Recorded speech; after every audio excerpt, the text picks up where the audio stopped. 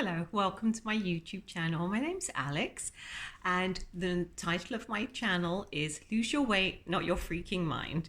You might think that's a strange title, but it's not really when I tell you about my journey.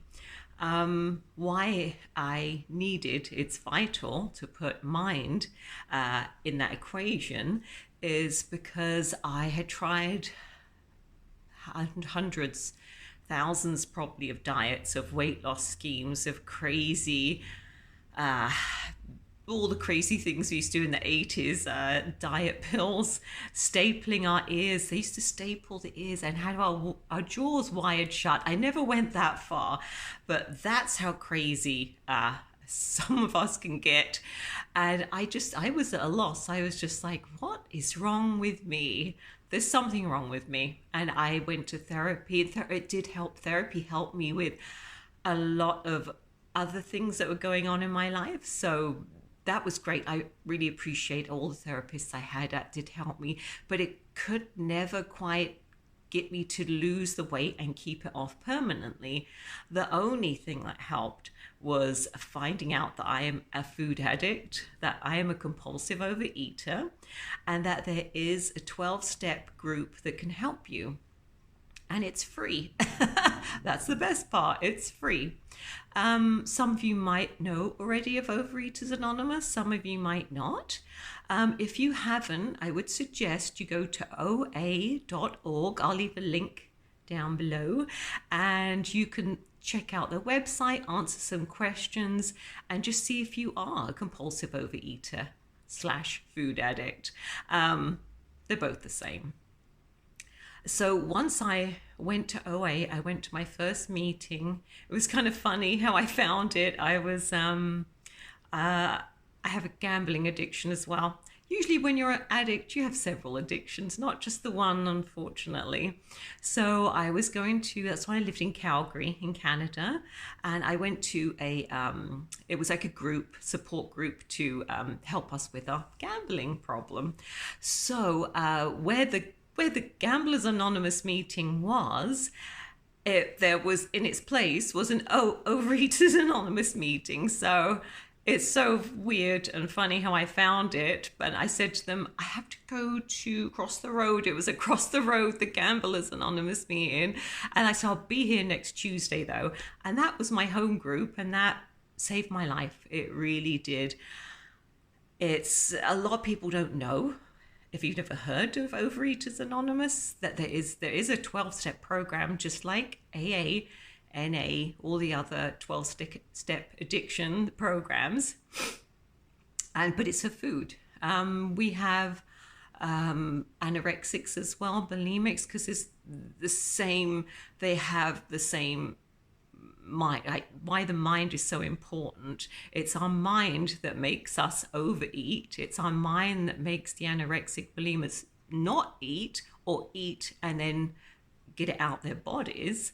So the mind is it's vitally important. But in the context of an addict, we have an obsession of the mind. It's called the obsession of the mind. It's actually in the big book of the big book of Alcoholics Anonymous. And they talk about the obsession of the mind. What that is if you've ever had any kind of thought come into your head and you just can't get it out, and it drives you crazy. So with me being a compulsive overeater, I would have that thought come in, I want cheesecake or whatever, chocolates, usually something sugary.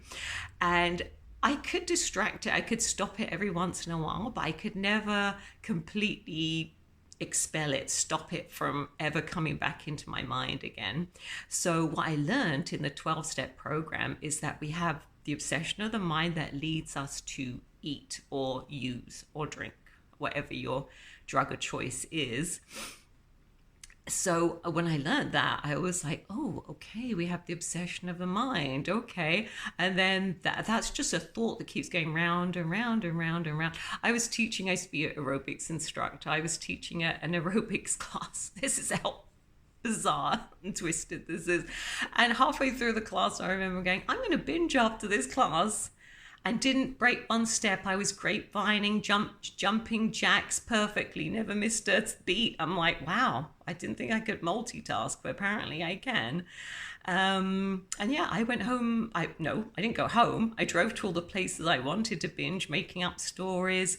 The 7-Eleven on the corner in the southeast of Calgary thought I had a family of 10 and it was just me. I'd be like, oh, we're having movie night, making up. What? It's completely insane. I'm like, what is wrong with me? But so it was very comforting to find when I went into a 12-step program that that's not, yes, I have something wrong with my mind, but through the 12 steps, through working with the 12-step program, it never goes away. It lessens. It does get less intense. It does. I had 2 full years really of no obsession, of no thinking about the food. Occasionally, yeah, of course, things pop up, but it didn't have that grip that it had in the beginning, that strong grip. So there's a chance if you find OA, if you think, like, first you have to find out, are you a compulsive overeater? And the only way you can do that is to attend a few meetings, go on the website. There's lots of Zooms. It's fantastic. There wasn't Zoom when I came to into OA. So, but yeah, so that's why mind is vitally important, because that's what gets you to eat. Or, like I said, use your drug of choice. So I wrote a book about my struggles, my weight loss, my journey, basically. Everything I tried, all the insane things I tried, and then the freedom I did find eventually, finally, from the food addiction. Like I said, it never really leaves you, unfortunately. Any alcoholic will say, drug addict will say, yeah, I've been clean but you'll still think about it occasionally, but it won't have that strong, that grip it has on your mind where you can't do anything but use. That will go. I felt that go, and I have heard people say, I've seen it myself, people like desperate that thought, oh my God, I'll just have this for the rest of my life and I'll die from it, because my heaviest weight was 210 pounds probably. And yeah, so it either would have killed me just from being very, very sick, because it was, and as you get older, you get away with nothing, absolutely nothing. But yeah, a lot of people die from our disease. It's very sad. Or they commit suicide. I know people that have committed, not myself, I've heard from other people that they've committed, which is so sad. Nobody should do that. It's so sad. It's so heartbreaking. I've lost quite a few people from suicide myself. So, but there is hope, there is a way. It's not easy, believe me. Nothing in life really that's worthwhile is easy, but there's a solution. They call it the solution. There is a solution to this problem. That gave me a lot of relief, because I thought, when I found out it was a disease, I was like, oh, okay, if it's a disease, you can cure a disease. Now, they do say we're not cured. That's probably a bad word to use, not cured, but we are relieved. It's like relieved of symptoms. You're given another way. Like I said, and the main way they're talking about is a spiritual awakening. So it's not a religious awakening, it's a spiritual awakening. So there's lots of agnostics and atheists, actually, in many 12-step programs. There's a whole chapter in the big book about agnostics and atheists. So it's finding something bigger than yourself that can help you with your problem, with the addiction, and it works. It's a lot of work. The steps is a lot of work, but like I said, we're worth it. I finally found out, I believed that I was worth it, because I had such low self-worth. A lot of people coming into any 12-step program will have extremely low self-worth. So that gets better. They teach, going through the steps. you find your worth. You know that you're worth it, that you're worth doing something good for yourself, and putting yourself first. It's weird. It's kind of, a lot of the 12 addictions talk about being selfish and self-centered, and I'm like, I'm not selfish and self-centered. Oh my God, I'm a really nice person. And then when I was doing steps, I was like, oh my God, I was really horrible. Oh my God, I was really mean to that cashier. So yeah.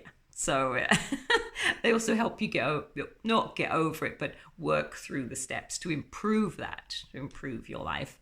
But yeah, I just want to keep it brief. I don't keep my videos under 12 minutes, I guess 10 minutes. Okay, just because I know you're busy, I'm busy, we all got a lot of stuff on the go. You want to get probably to the next YouTube video. But if you do like this one, I'm very new to YouTube. This is only my second video. I'm really encouraging people over 50, over 40 to give it a try. This is my second video. So just sit down, talk. It's going to be weird. Talk to the camera, talk to the phone, and just you have something of value to teach someone. So I'm hoping I'm teaching you in some way, helping you. I'll put a link to my book down below, and also the Overeaters Anonymous site. And then, and I hope to see you back. If you have any questions, or if you want to see different content or anything, I will be talking about lots of different things, but primarily around my weight loss and things like that, but also to other things like financial stuff. I love cats, but I don't have a kitty. She passed away, unfortunately. I just, life stuff, things about life. But yeah, thank you for watching. If you did enjoy this video, please like and subscribe. I think I only have 2 subscribers. Welcome. I have 3. But I know it takes a while. And again, this is just I've wanted to do this for a while. I was scared, of course. It is very, very scary. But this new form, this new style of editing, they call it, or non-editing, is you sitting I'm in my living room. I'm in a cross-legged position on the floor, just talking to my phone, and I'm going to go have a coffee after this because I'm really tired. But anyway, I like coffee too. I'm happy to talk about coffee. Really, really like coffee. But anyway, I hope you enjoyed it. Thank you. And leave any questions, or if you have any questions about OA or anything like that, or anything else, if I can answer it, I will. If I can't, I will direct you in the right direction. And thank you for watching. Thank you for listening, and have a wonderful night, day,